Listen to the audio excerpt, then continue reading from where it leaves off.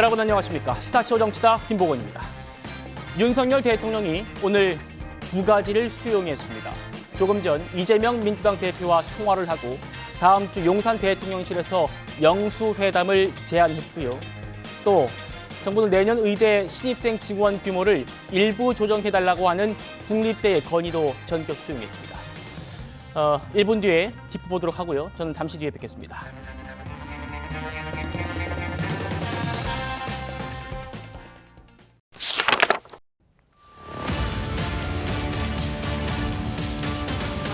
윤석열 대통령이 민주당 이재명 대표와의 영수회담을 조금 전 전격 수용했습니다. 오후 3시 반쯤에 이재명 대표와 전화 통화를 했고 다음 주에 용산에서 만나자고 제안을 한 겁니다. 영상 먼저 만나보시고 집중 토론하겠습니다. 오늘 오후 3시 30분부터 4분여 동안 이재명 대표와 윤석열 대통령의 전화 통화가 있었습니다. 윤석열 대통령은 이재명 대표에게 내주에 만날 것을 제안했습니다.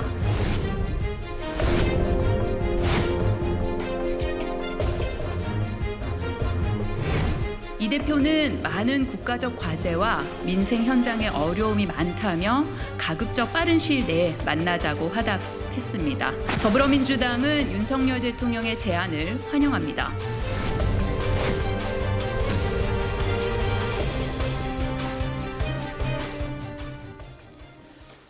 오늘 윤석열 대통령은 두 가지 주장을 꺾었습니다. 이재명 대표와의 영수회담을 수용한 게 첫 번째 꺾음이고요. 의대 정원을 500명 정도 이상 줄이기로 한 게 두 번째 꺾음입니다. 의대 정원 문제는 잠시 뒤에 다뤄보도록 하고요. 김희수 대변인. 우선 총선 패배 9일 만에 대통령이 이재명 대표 통화를 냈습니다. 대선 직후에 당선인 신분일 때 통화한 것 외에는 처음이거든요. 어떻게 좀 평가할 수 있을까요? 아무래도 총선 이후에 민심을 좀 받아들이는 부분들을 택하시지 않았나라고 생각합니다. 그리고 이재명 당대표와 지금 이제 9일 만에 약 3분 30초를 통화했다라고 하는데 예? 이 통화 내용 자체가 뭐 시간을 봤었을 때 심도 있는 통화는 될 수 없었을 것이고 윤석열 대통령이 우선 이재명 당대표의 당선과 그리고 민주당 후보들의 당선을 축하했다라고 전해지고요. 그리고 이제 차주 정도의 영수회담을 이렇게 주관하는 방향으로 좀 이렇게 진행이 될 것 같습니다. 네. 그리고 이를 통해서 어쨌든 간에 지금 후반기 그러니까 약 3년 정도 남은 윤석열 정권의 이 기간 동안에도 지금 그 거대 야당과 계속해서 상황을 마주해야 되기 때문에 지난 2년과 같은 패턴으로 22대 국회가 돌아간다라고 하면 결국에 그 피해는 국민들께 돌아갈 것이다라는 부분에서 야당과 민주당과 대화의 선상이 있을지를 좀 이렇게 검토해보지 않을까라고 조심스럽게 전망합니다. 네. 예, 차재현 교수님. 일단 민주당에선 4분 정도 통화했다고 하고 대통령실 5분 정도. 네. 결국 좀 짧습니다. 통화 그 시간은.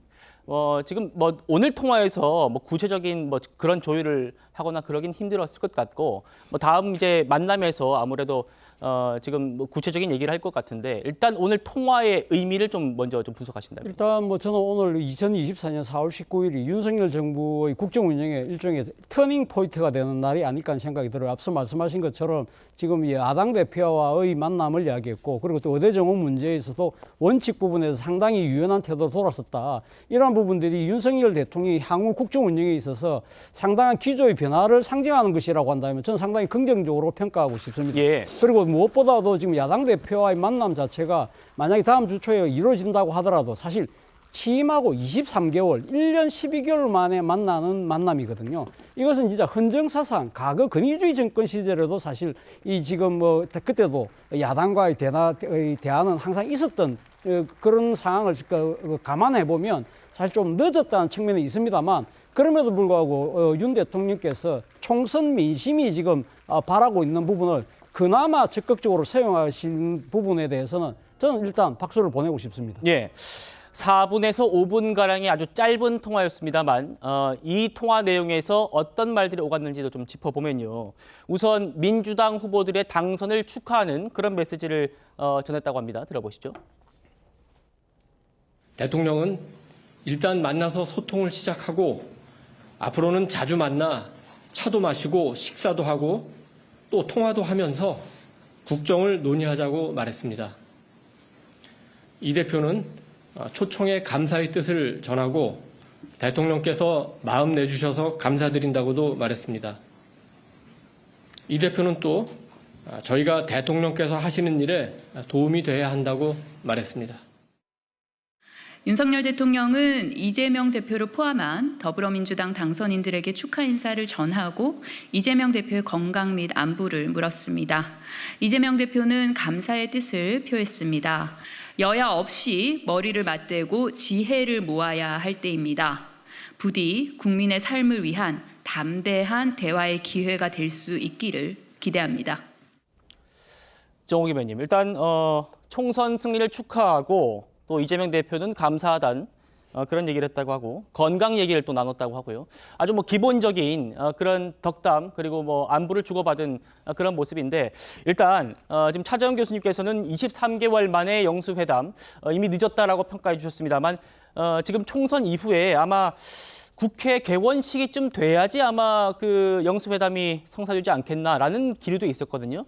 그거에 비해서는 좀 빨리 성사가 됐습니다. 어떻게 평가하십니까? 예, 늦었다고 생각할 때 시작하면 늦은 게 아니다라는 좋은 말도 있지 않습니까? 예. 그런데다가 오늘 4.19 기념식이 있었는데 대통령이 공식 기념식에 참석하지 않고 그 전에 방문을 한 것에 대해서 야당 일각에서 비판을 했습니다. 야당 대표 만나기 싫어서 그런 거냐라는 식으로.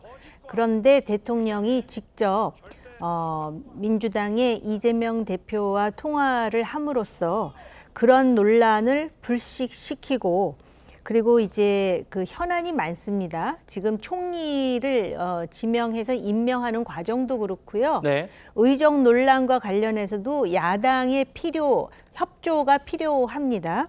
그 외에 경제 민생과 관련해서 야당 대표와 논의할 내용이 많았고 제가 기억하기로는 지난주에 여기 차 교수님하고 저하고 야당 대표를 만나는 것이 필요하다라는 말씀도 드린 네, 것 같은데요.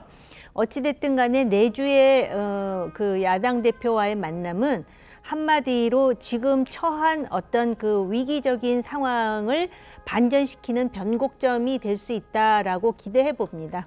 알겠습니다.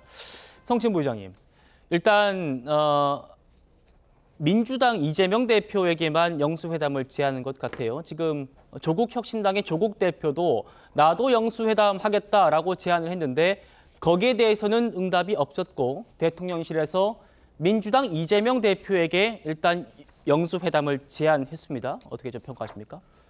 제가 기억하기로는 이재명 대표가 영수회담을 제안한 것이 2022년 8월에 당대표가 된 직후였습니다.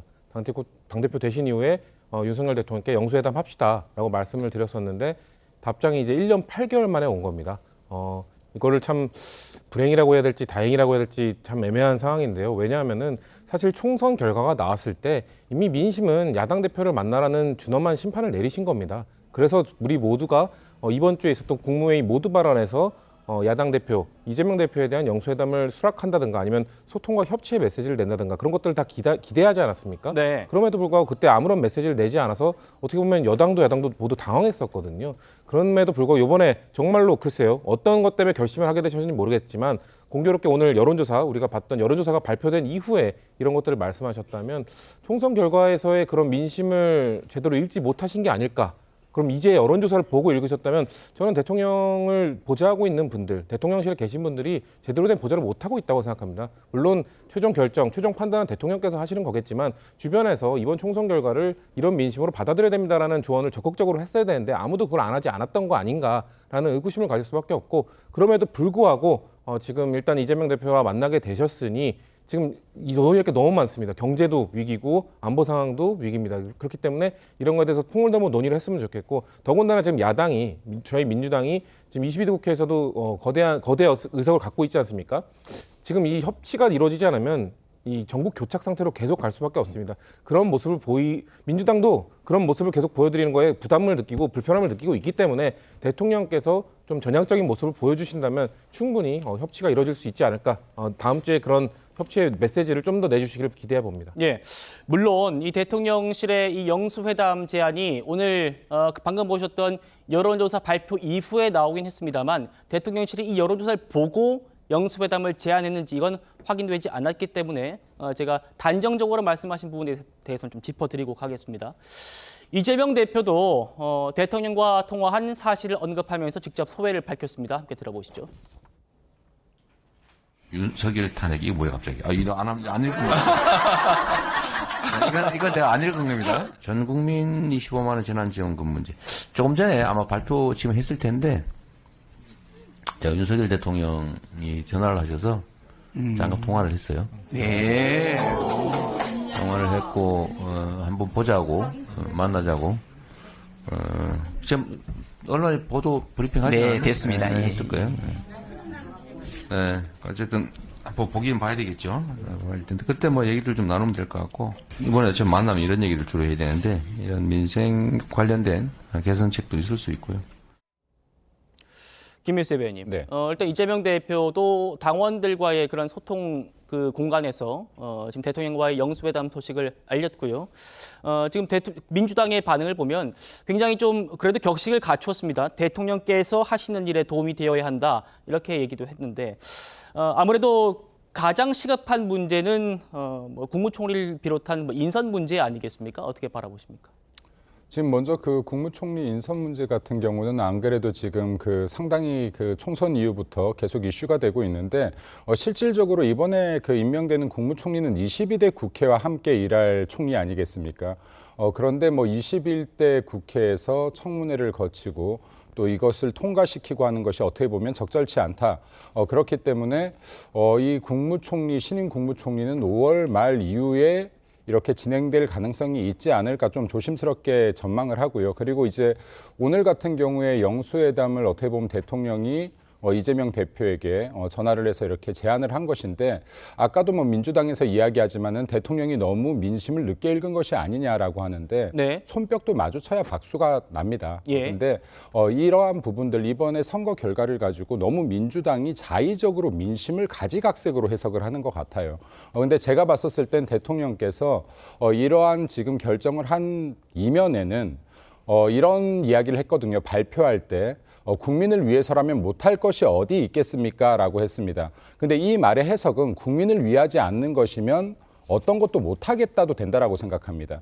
그래서 이재명 당대표와 만나는 것들은 어떻게든 성사가 되는 모양인데 예. 여기에서 이재명 대표나 민주당이 거대 야당임을 내세워서 여당이나 정부가 수용하지 못할 안건들을 의제로 올리는 것이 아니라 민주당도 이때까지 이렇게 외쳐왔던 그리고 국민, 민생 이러한 것들을 실천하겠다라고 하면 진정성 있게 대화 테이블에 올라와야 이러한 것들이 좋은 협치로 발휘될 수 있을 것이다. 그리고 대통령의 이러한 제안들이 수포로 돌아가지 않도록 민주당에서도 국민과 민심을 위해서 민의를 위해서 이렇게 좀 같이 애써주면 좋겠다라는 말씀 좀 드리고 싶습니다. 예, 네. 차 교수님. 네.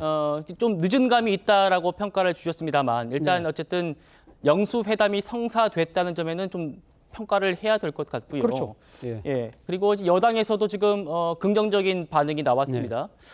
보통 그 전에는 이 대통령이 여당 지도부가 구성된 이후에 좀 만나는 쪽으로 생각하시는 것 같았거든요. 왜냐하면 여당 영수회담이 좀 늦어지는 이유에 대해서 여당 지도부가 구성돼야 한다는 말씀 주셨기 때문에 그랬던 건데 지금 그보다 앞서서 지금 성사했고 제안했단 말입니다. 여기에 대해서 좀 평가를 좀 주셔야 될 것 같습니다. 지난번에 그 윤 대통령이 어디 그 공개석상에서 왜 그 여야 영수회담을 하지 않느냐고 했을 때 여야 영수회담이라는 것 자체가 사실 어떻게 보면 여당의 대표를 제외한 채 야당 대표하고 단독으로 회담을 했을 경우에 예. 여당 대표의 그 정치적인 입장이나 위치가 어떻게 되겠느냐 그런 부분을 이야기를 했거든요. 그렇죠. 그렇기 때문에 사실 바로 앞서 우리 앵커가 이야기했던 대로 그러면 여당의 정상적인 지도부가 만들어지고 난 뒤에 3자 회동 형식을 만약에 선택을 한다고 했다면 아마 말씀하신 대로 상당히 좀 시간이 좀 지난 뒤에 했겠지만 네. 그렇지 않고 지금 이재명 대표에게 직접 전화를 해서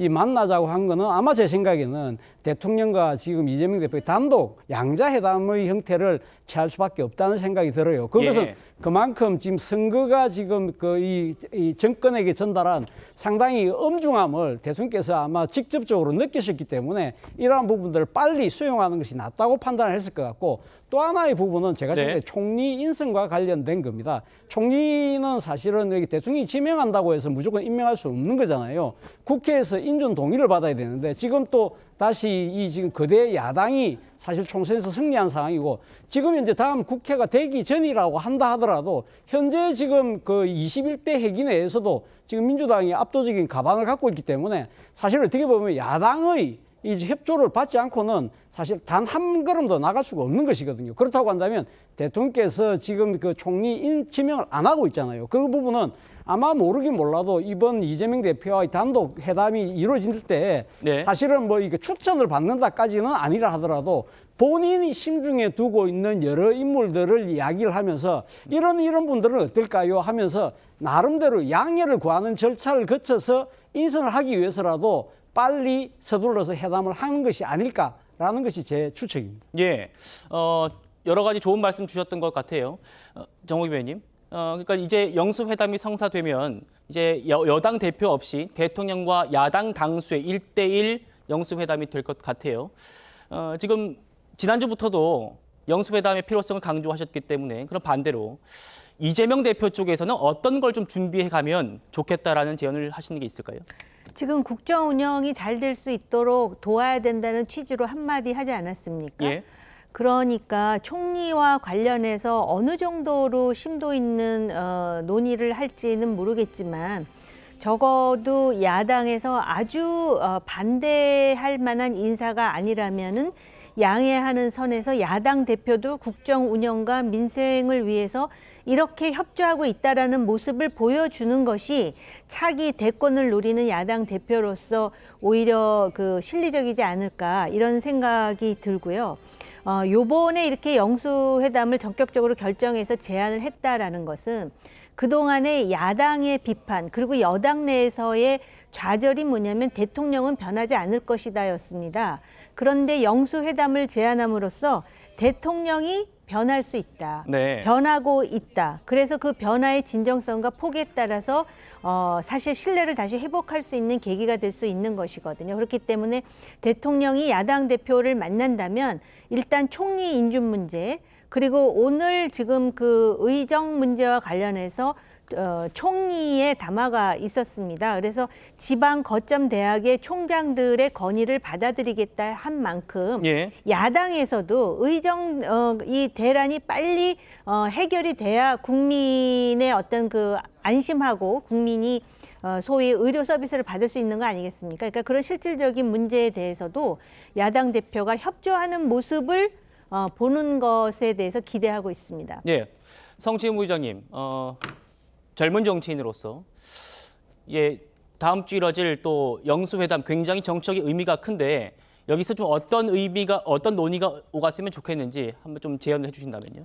지금 일단 민주당에서 이번에 뭐 특검법이나 관련된 뭐 민생법이나 뭐 노란봉투법 등을 포함한 대통령이 거부권으로 인해서 다시 넘어온 법안들에 대해서 뭐 수정을 하든 그런 식으로 다시 통과를 하려고 일단 발표를 했습니다. 근데 민주당 입장에서는 대통령께서 그거에 대해서 뭐 전격적 수용까지는 바라지 않더라도 혹시나 특검법에 뭐 독소 조항이 있다면 대안을 내놓으신다던가 아니면 말씀드린 뭐 노란봉투법도 마찬가지입니다. 그런 민생 관련 법안에 대해서도 그냥 무조건 반대할 것이 아니라 그렇다면 절충안을 찾는다던가 그리고 이재명 대표께서 아까 그 유튜브 방송에서 보면은 아마 민생지원금 이야기도 하시겠다는 의향을 비추신 걸로 봤을 때 예. 지금 윤석열 정부의 기조와는 맞지 않을 수 있죠. 왜냐하면 건전재정을 추구하고 있기 때문에 그리고 그 국무회의 모두 발언 이번 주에 있었던 모두 발언에서도 그런 것들은 포퓰리즘이다 이런 식으로 말씀을 하셨었기 때문에 그렇다면 정부가 생각할 때 야당 대표가 제안한 거에 대해서 어떻게 우리가 생각하는 대안은 무엇이다. 그건 무조건 포퓰리즘이니까 안 된다가 아니라 대안 같은 걸 제시해 주신다면 이것이 정치구나라는 것도 국민들이 느낄 수 있지 않을까. 왜냐하면 정치라는 것은 각자 내놓은 안에 대해서 협의안을 찾아가는 것 아니겠습니까? 네. 그렇기 때문에 특검법이라도 독소조항 이거 빼달라 아니면 좀 중재안을 내놓는 모습을 전 대통령께서 보여주신다면은 오히려 그것들 받지 못했을 때 민주당에게 더 부담이 될 거라고 생각합니다. 그렇기 때문에 지금 민주당이 다수 의석으로 뭔가 다 너무 밀어붙이려고 한다, 뭐 입법 폭주다 이렇게 주장하기보다는 대통령께서 어른으로서 좀 중재안을 내놓는다던가 아니면 여당과 좀 더 협상을 해보는 게 어떻겠냐라고 말씀을 해주신다면 저는 그게 바람직한 정치의 모습이 아닐까라고 생각할 것 같습니다. 예, 이것이 정치다. 한마디로 이렇게 요약을 해주셨는데 이재명 대표 쪽에서도 제안을 받는 이재명 대표 쪽에서도 굉장히 예의를 갖춰서 이렇게 브리핑하는 모습도 인상적이었던 것 같습니다. 아까 성치훈 부의장님께서 잠깐 언급을 해주셨습니다만 오늘 한국갤럽에서 여론조사가 나왔습니다. 그동안 총선 기간에 여론조사 공표가 금지됐기 때문에 3주 만에 여론조사가 나온 건데요. 보시는 것처럼 윤석열 대통령의 국정 지지율이 총선 직전인 3주 전보다 11%포인트 하락해서 23%를 기록했습니다. 취임 후 최저치고요. 그리고 다음 그래프요. 정당 지지도도 국민의힘이 3주 전보다 7%포인트 하락했고 민주당은 2%포인트 상승했습니다. 김민수 대변인, 앞서 이제 성치훈 부의장님께서 이제 시기적으로는 어쨌든 이 여론조사가 아침에 나오고 그 이후에 오후에 영수회담 제안이 들어왔기 때문에 이걸 좀 연결지어서 말씀 주셨었는데 어떻게 평가하십니까? 이번 조사 결과요? 네, 지금 그 영수회담에 대한 제시는 이 오늘 여론조사를 보고 결정했다고 하기는 어렵고요. 그렇게 보기는 어렵고 실제로 총리를 인준한 이후로 생각을 하고 있었는데 그러면 너무 늦어지지 않을까라는 이런 의견들이 있어서 오늘 이렇게 조금 빠르게 조치되었던 걸로 알고 있습니다. 그리고 지금 이제 오늘 여론조사를 통해서 앞으로 향후에 어떤 방향으로 흘러갈 것이냐, 이게 좀 전국 주도권이 민주당으로 넘어가는 것이 아니냐 하는 우려들도 좀 많이 가지고 있는데 전국 주도권 차원에서 본다라고 하면 사실 의석수가 192석에 다르는 범야권이 가져갈 수밖에 없겠지만은 그렇다라고 해서 정부와 여당이 꼭 끌려갈 수밖에 없는 것은 아니다라고 봅니다.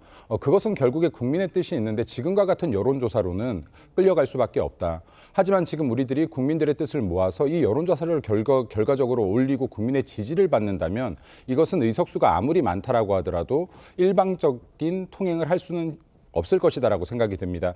그래서 지금 이제 이러한 부분들에 대해서 좀 제가 총선 전에도 몇 번 이야기를 하기는 했는데 예. 여당과 야당과의 비판뿐만이 아니라 명확한 좀 민생과 이 경제에 대한 아젠다를 정부가 끌고 갔으면 좋겠다라는 생각이 들고 이를 통해서 국민의 지지율을 좀 올려야 되지 않겠는가라는 생각이 드는데요. 그 예로 박근혜 정부 당시에 창조경제라는 명확한 단어가 있었고 또 문재인 정부 당시에도 정말로 경제를 망가뜨리긴 했지만 그래도 명확하게 소득주도 성장이라는 이 아젠다가 있었습니다. 그런데 지금 현재 윤석열 정부에서는 이런 아젠다가 보이지 않는다라는 것을 총선 전에도 몇 번 말씀드렸는데 아직 늦지 않았다라고 봅니다. 아직 3년이라는 시간이 남았고 그리고 지금 현재 이 여론조사를 보면은 국민들께서 국정 운영 평가를 나쁘게 주고 있는 이유 1번이 경제라고 나옵니다. 네. 1번이 경제라고 나오기 때문에 그럼 이러한 부분들에 대해서 현재 정부와 여당이 어떤 방향으로 국민들이 공감할 수 있는 아젠다를 던져서 우리가 작은 의석을 커버할 수 있는 영역들을 만들어내느냐의 싸움이 될 것이다. 굉장히 전략적인 영역이 될 것이라고 판단됩니다. 그래서 앞으로 남은 시간 동안에 3년 동안에 지금 포기하는 것이 아니라 국민을 위한 민생을 위한 아젠다를 끄집어내기 위한 전략적인 선택에 집중을 좀 많이 하면 된다라고 판단되어집니다. 알겠습니다. 네. 윤석열 대통령이 수용한 첫 번째 이재명 대표와의 영수회담 지금까지 살펴봤고요. 두 번째 의대 정원 문제 짚어보겠습니다.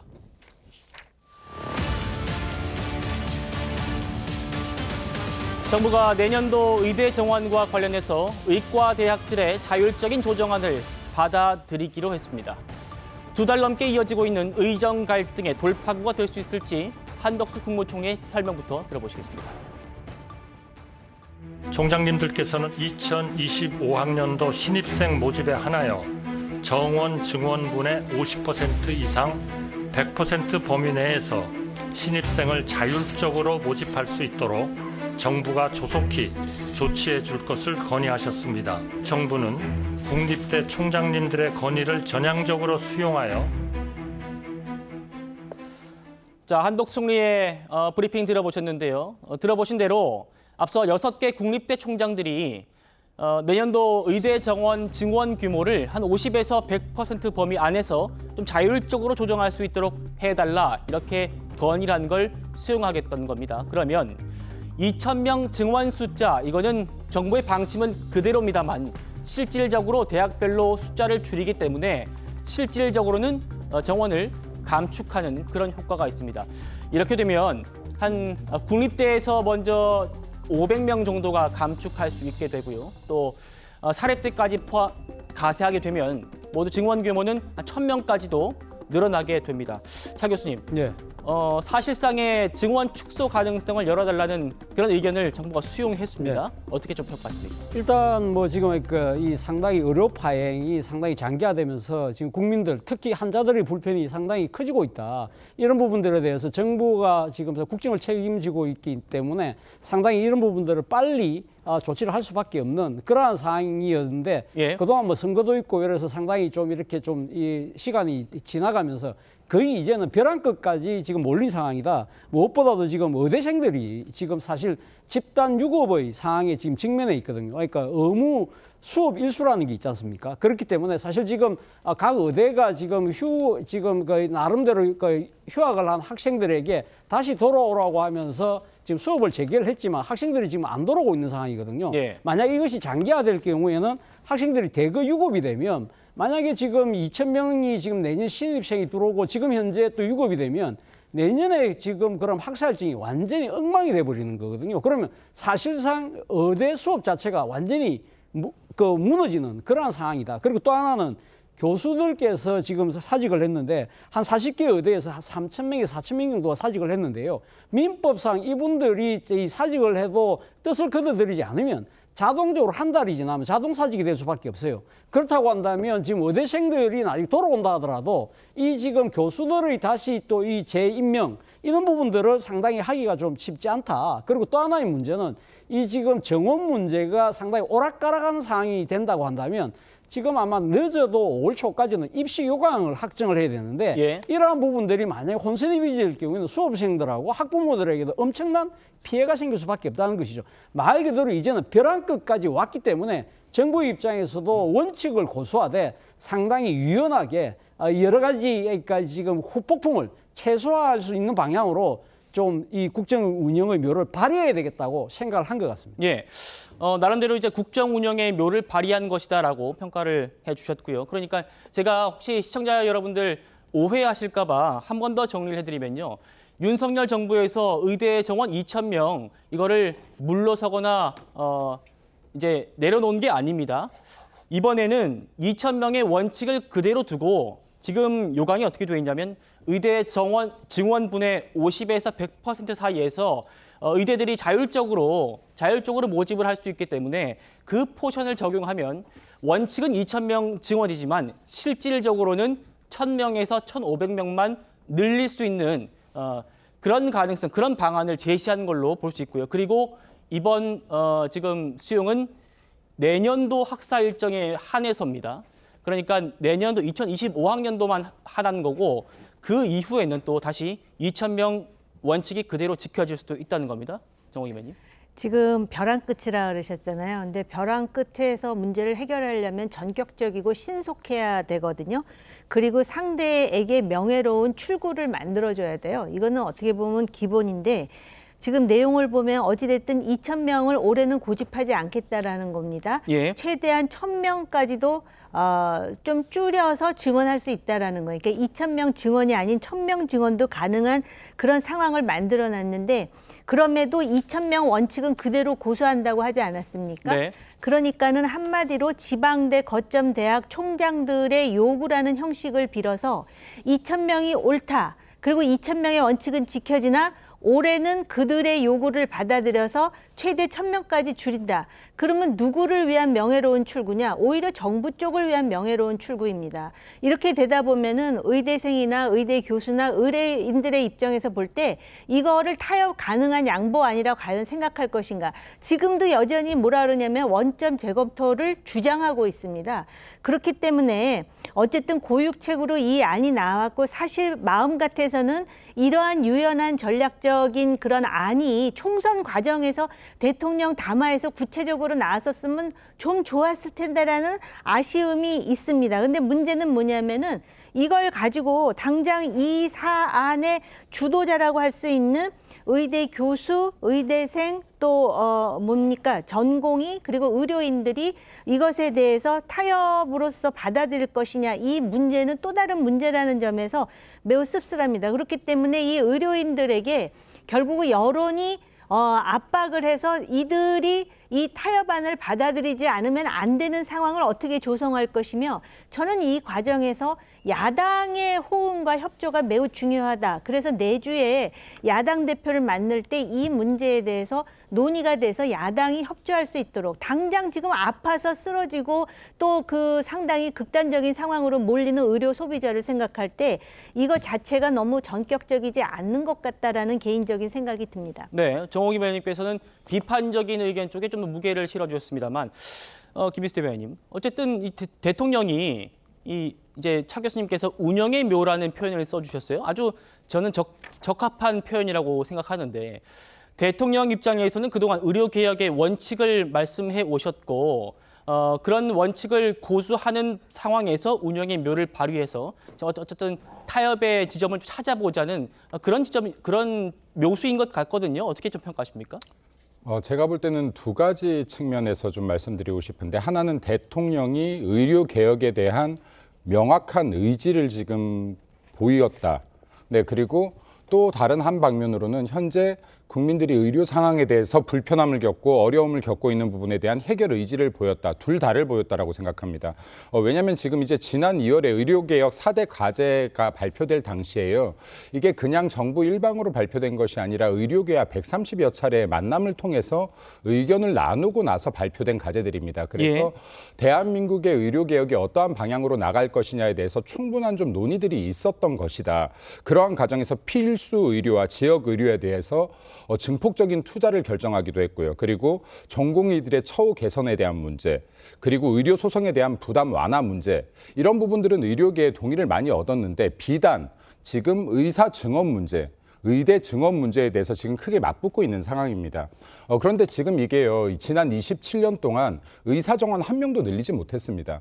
이거 지금 정치적인 문제였는데, 대통령이 장기적으로 봤을 때 정말로 국민들을 위하는 것이 어떤 것이냐, 국민의 의료 질을 높이는 것이 어떤 것이냐를 놓고 지금 저는 총선 이전에도 비록 어려움이 있음에도 불구하고 이 부분을 그래도 밀어붙인 부분이 있다라고 생각합니다. 그렇기 때문에 이 부분에 대해서는 이제 좀 의사분들께서도, 의료계에서도 이제 이 뜻을 좀 한번 모아주실 때가 되지 않았나라는 생각도 듭니다. 그리고 대통령이 지금 일방통행하고 있는 것이 아니라 대학들과 같이 해서 이런 협의점들을 조금이라도 만들려고 한다라고 하면 대화의 문을 어느 정도 열었다라고 생각합니다. 의사분들께서도 많은 힘든 부분들이 있겠지만은 그래도 지금 당장에 국민들을 좀 먼저 바라보고, 그리고 대한민국 장기적인 의료 개혁을 바라보고 의료 더 나은 상황들을 바라보고 좀 협치점을 찾아줬으면 하고요. 방금 이제 또 말씀 주셨던 것처럼 야당 민주당에서도 이 부분에 대해서는 대한민국의 장기적인 방향으로 옳다라고 판단되면 이러한 부분에서 좀 협치의 손을 내밀어 줬으면 좋겠다라는 말씀도 드립니다. 예. 네.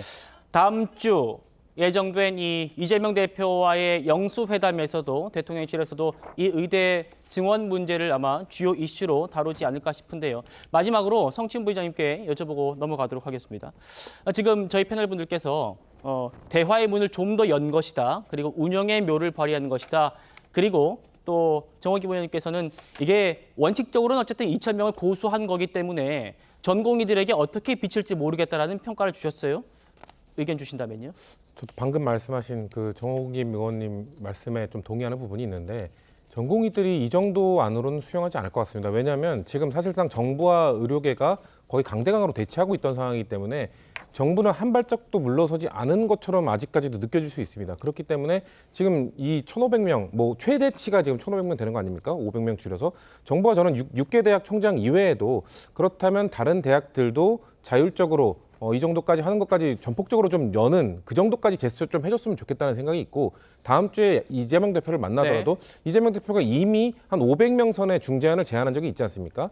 이재명 대표가 제안한 것들이 그냥 한 이 정도로 줄이자 하고 본인이 생각한 게 아니라 아마 뭐 주변에 있는 의료인들, 이런 의료계의 좀 조언을 듣고 제안을 한 것이기 때문에 그런 차원에서 이 정도의 감축안은 좀 부족할 거라고 분명히 생각할 것 같아요. 근데 저는 이런 숫자도 문제지만 정부가 좀 더 의료계의 마음을 열기 위해서는 지금까지 좀 의료계를 좀 밀어붙였던 방식, 마치 의사들이 마치 악마화하고 뭐 그들이 카르텔화된 것처럼 좀 몰아붙였던 방식이, 물론 일부 의사들의 부적절한 발언들이 많았습니다. 네. 그런 발언들을 좀 어떻게 보면 이용하고 또 지적하면서 그들을 좀 몰아붙였던 것들이 그들의 마음에 상처를 준 게 있거든요. 그렇기 때문에 그들의 마음을 좀 열기 위해서는 그런 부분에 대한 사과도 좀 있어야 되는 것이고, 그런 부분에 있어서 야당 대표의 협조가 필요하다면 그런 것도 좀 같이 도와달라.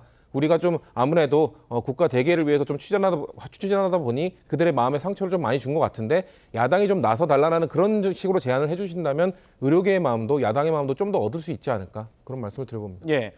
의료 개혁 문제 그리고 의대 정원 증원 문제에 대해서는 여론이 어쨌든 지지하는 여론이 꽤 많기 때문에 이 방법 운영의 묘에 대해서 지금 좀 더 심도 깊은 논의가 있어야 될 것 같고요. 김민수 대변인.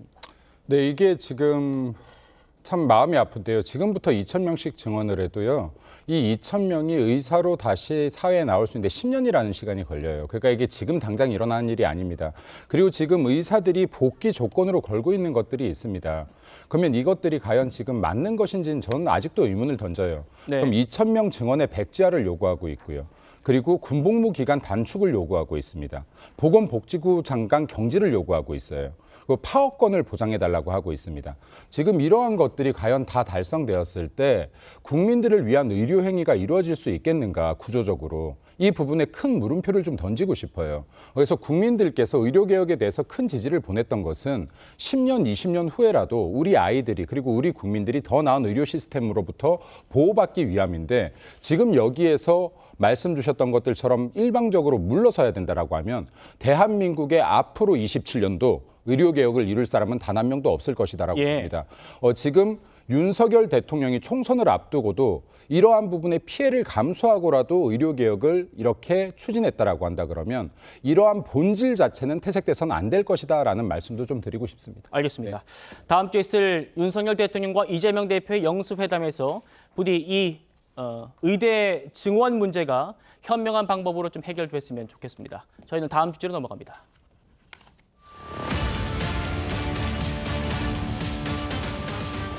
오늘도 이화영 전 부지사가 불을 지핀 이 검찰청 술판 의혹 이어서 전해드리도록 하겠습니다.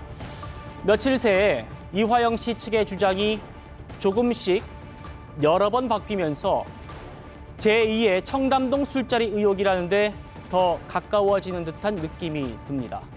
오늘 이 술파티 의혹의 핵심 당사자인 김성태 전 쌍방울 회장이 입을 열었습니다.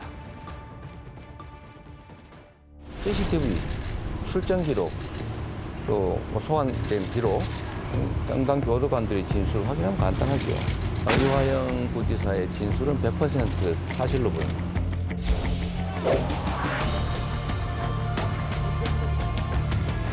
5시쯤 예. 김성태가 박을 시켜서 예. 연어를 사오라고 했다.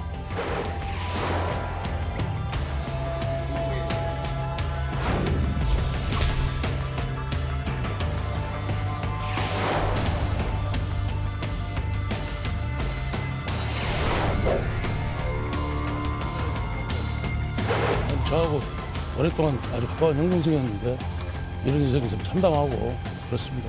많이 마음이 아픕니다. 근데 마음이 아프시다는 어떤 의미실지 전혀 사실이 아닙니다. 기억은 좀 전혀 안 나신다는 네, 점. 기억이 아니고 불가능합니다.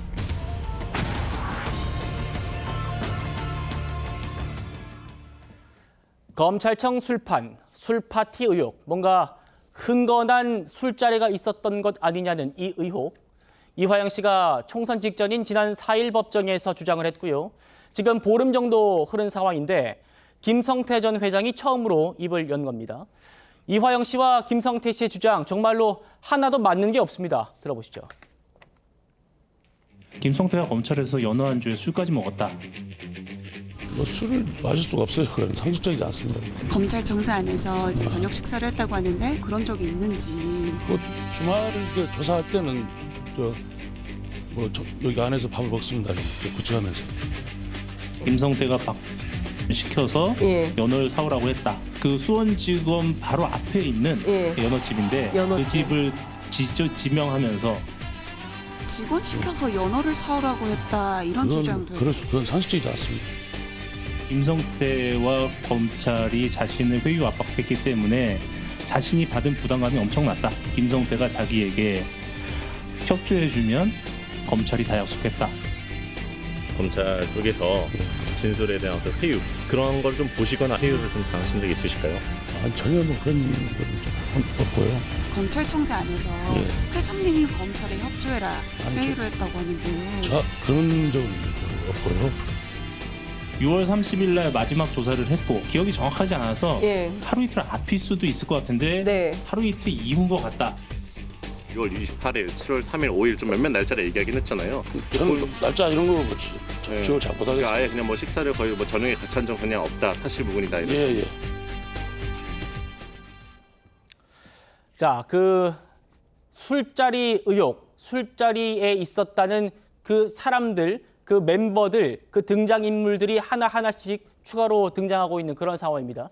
김성태 전 회장은요, 검찰청에서 술을 마시는 것도 본인이 직원한테 연어를 사오라고 시켰다는 것도 상식적이지 않다라고 주장했고, 이건 그동안 검찰 측의 주장과 일맥상통합니다. 김민수 대변인님. 네. 김성태 전 회장은 기억이 안 나는 게 아니라 불가능하다 이렇게 확실하게 단호하게 얘기를 하고 있습니다.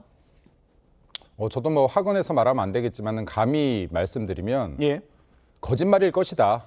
네, 라고 말씀드리고 싶습니다. 먼저 말씀드리기 전에 이재명 대표는 지금 위증교사 혐의로 재판 중에 있다라는 말씀도 드리고 싶고요. 그리고 민주당과 이재명 대표의 이때까지의 이 싸움 방식, 정쟁의 방식들을 보면요. 확인하기 어려운 건들을 던져놓고 이슈화를 시킵니다. 그리고 이 이슈가 거짓말이라는 게 판명 날 때쯤에 진보 진영의 지지자나 상당수의 국민들은 마치 그 이슈가 진짜였던 것처럼 착각하게 만드는 전략들을 굉장히 많이 써왔습니다. 예. 뭐 동태탕도 그렇고요, 페라가모도 그렇고요. 네, 그리고 지금 청담동 술자리 사건 등도 그랬습니다. 근데 저는 이번에도 똑같은 전략이라고 봅니다. 예를 들어서 총선이 끝난 이후에 뜬금없이 지금 이화영 지사가 회유당했다라는 건데 술판을 벌리면서 회유당했다라는 겁니다.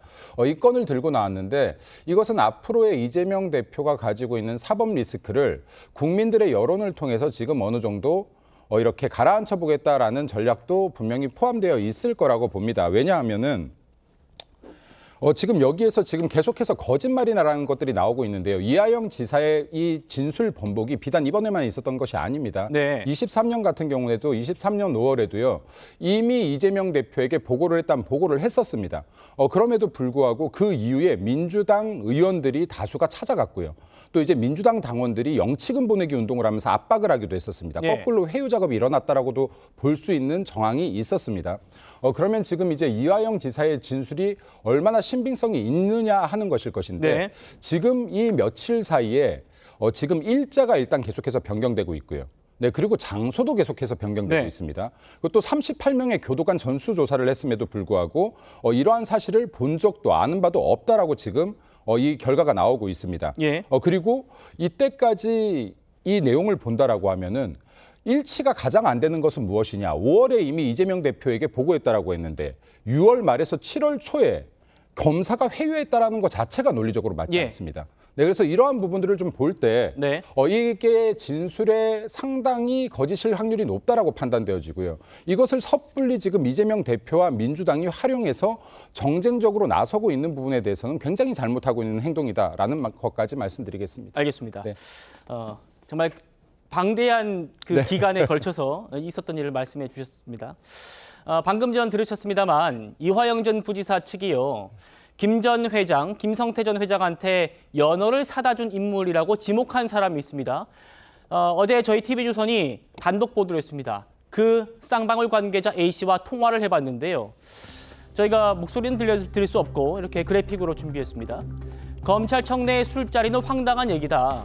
그러면서 이화영 씨와는 참고인 조사 때 화장실 오가면서 복도에 마주쳤을 뿐 음식을 나른 적이 없다. 이렇게 얘기했고요.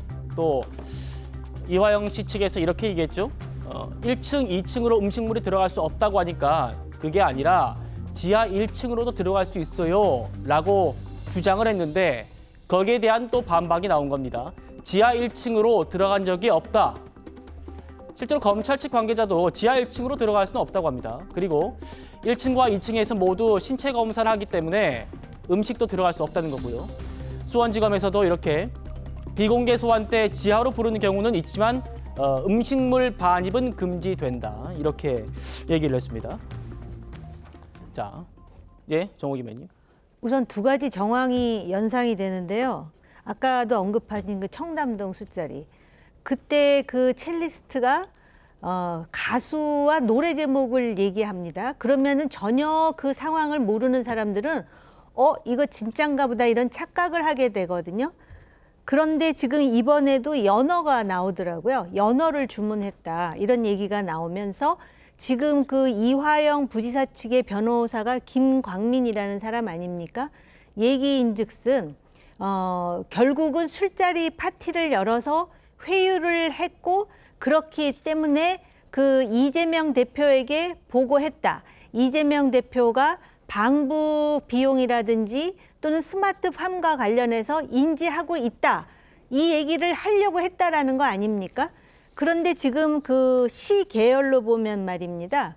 6월 30일이 지금 핵심 일자인데 지금 저 사람들이 주장하는 거는 6월 30일에 이미 그 소위 조작을 이미 했고 술 파티는 저녁에 있었다는 거예요. 예. 그러면 말이 안 되잖아요. 회유를 해가지고 결국은 조작을 했어야 이게 시차가 맞는 거 아니에요? 네네. 그런데 이미 조작을 했는데 설사 그게 6월 30일이라 하더라도 이미 이재명 대표, 당시 경기지사에게 보고를 했다라고 썼던 날짜가 6월 30일인데 술파티는 6월 30일 밤에 있었다라는 것이고 또 이미 이화영 측에서 이재명 지사에게 보고했다라는 날짜는 그보다 훨씬 전인 것으로 알려져 있습니다. 그리고 참고로요, 김광민 변호사와 관련해서 제가 오늘 나온 뉴스를 보니까 여기 이것이 정치다에도 종종 패널로 나온 설주한 변호사가 김광민 변호사를 명예훼손 혐의로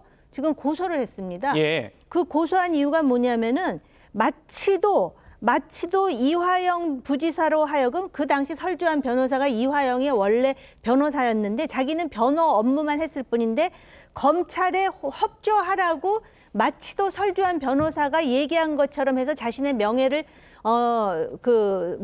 훼손했다 해가지고 지금 고소를 한 상태입니다. 네네. 그렇기 때문에 이 김광민 변호사의 주장이 얼마만큼 신빙성이 있느냐에 대해서 의심을 할 만한 충분한 이유는 있다 이렇게 보여집니다. 알겠습니다. 일단 뭐 설초한 변호사와 또 김광민 변호사의 그런 뭐 소송 문제는 일단 좀 더 진행되고 저희가 좀 다뤄드리도록 하고요. 성칭 부회장님, 일단 뭐 그 진술 문제, 그러니까 이화영 씨가 이재명 대표에게 보고했다고 진술한 게 술자리 전이었기 때문에 술자리를 굳이 만들어가지고 진술을 회유할 필요가 없었다는 게 검찰 주장이었습니다만 지금 이렇게 경호기 의원님 말씀이고요. 하지만 이제 거기에 대한 반박은 나왔습니다. 이화영 씨 측에서 그게 아니라 어쨌든 이게 피신 조서가 법정에서 한 차례 더 인정되기 위해서는 그 증인의 동의가 있어야 되기 때문에 그 동의를 받아야 한다는 그런 동의도 있다. 이렇게 얘기를 했었거든요. 어쨌든 뭐 한 번 더 반론 기회를 드려야 될 것 같습니다. 일단 지금 엄청 많은 사안들이 있는데 이화영 전 부지사의 발언에 지금 신뢰성을 떨어뜨리는 뭐 반박 의견들이 많이 나왔는데 예. 그 중에서 일단은 김성태 전 방금 본 김성태 전 부회장의 발언. 전 김성태 전 부회장의 발언은 그렇게 설득력은 없다고 봅니다. 왜냐하면 설득력이라는 게 뭐다? 지금 이화영 전 부지사의 신뢰성을 떨어뜨리는 발언으로서의 설득력은 없다고 봅니다. 왜냐하면 지금 두 피의자가 전혀 입장을 달리하고 있습니다. 그렇기 때문에 당연히 이화영 전 부지사와는 의견을 달리할 수밖에 없기 때문에 김성태 전 부회장의 입장에서는 이화영 전 부지사의 말을 다 거부할 수밖에 없죠. 부인할 수밖에 없는 것이고 쌍방울 직원도 마찬가지입니다. 쌍방울 직원은 당연히 본인이 했다는 거에 대해서 자신이 모시고 있는 김성태 전 부회장의 입장에 따를 수밖에 없기 때문에 저런 식으로 얘기했을 것이다. 만약에 이화영 전 부지사의 말이 사실이라면. 그리고 또 그런 얘기도 있었죠. 그 옥중에서 그 노트를 남기는 것. 회유를 당했다면 옥중 노트에 기록을 남겼을까요? 본인이 본인의 의사와 달리 회유를 당했다. 나의 의사를 바꾸겠다고 어떻게 보면 위증을 하겠다고 거짓말을 말하겠다고 말하는 것을 옥중 노트에 남겼을 리는 없죠. 그렇기 네. 때문에 옥중 노트에 기록이 없다는 것도 그렇게 설득력은 없습니다. 네. 다만 민주당 입장에서 이화영 전 부지사의 말을 초반에 제일 처음에 이게 이슈가 제기됐을 때 믿었던 이유는 아까 말씀한 다른 패널들께서는 뭐 다른 이런 뭐 청담동 술자리나 이런 데서와 같이 뭐 구체성을 일부러 뭐 꾸며냈을 것이다라고 이야기를 했지만 그 꾸며내기에는 그냥 상상으로 꾸며내기에는 좀 과함 측면이 있는, 예를 들면 1315호 같은 창고라는 간판이 붙었지만 내부는 사실상 회의실처럼 되어 있었다는 그 공간에 대한 존재를 알고 있었다는 것, 그런 구체성 때문에 사실 민주당 측에서도 초반에 이런 얘기가 나왔을 때 이화영 전 부지사의 발언을 좀 신뢰를 했던 것이거든요. 예. 근데 문제는 신빙성에 있어서는 구체성도 필요하지만 일관성도 필요합니다. 그렇죠. 근데 지금 일관성이 좀 무너지고 있는 상황입니다. 예. 그래서 민주당 일부에서도 이렇게 일관성이 무너지게 되면 우리가 이걸 계속 끝까지 믿어도 되는가라는 의구심은 계속 나오고 있습니다. 심지어 저는 그래서 뭐 수감 생활을 하는 사람들이 뭐 저희 지금 여기 나와 계신 분들처럼 아니면 저희처럼 뭐 핸드폰에 뭐 기록을 해놓고 저희도 뭐 작년에 뭐 술 마셨던 것들을 뭐 기억 못할 수는 있습니다. 그럴 때 보통 사진을 찾는다거나 일정표를 찾죠. 수감자는 그걸 못하기 때문에 일정이 약간 헷갈릴 수는 있다. 근데 한 번, 그래서 저는 한 번 정도, 뭐 두 번 정도는 번복할 수 있다고 생각합니다. 근데 하지만 한 번 6월 30일로 지정을 한 다음에 다시 번복을 할 때는 분명 다른 기록들을 좀 살펴본 이후에 얘기했을 거거든요. 예. 그렇기 때문에 7월 3일, 7월 5일 이거에 대한 이야기를 했을 때 지금 검찰이 바로 출정 기록을 공개하면서 이거는 그때는 5시 이후에 이미 구치소 복귀한 이후였다라고 증거를 제시했기 때문에 예.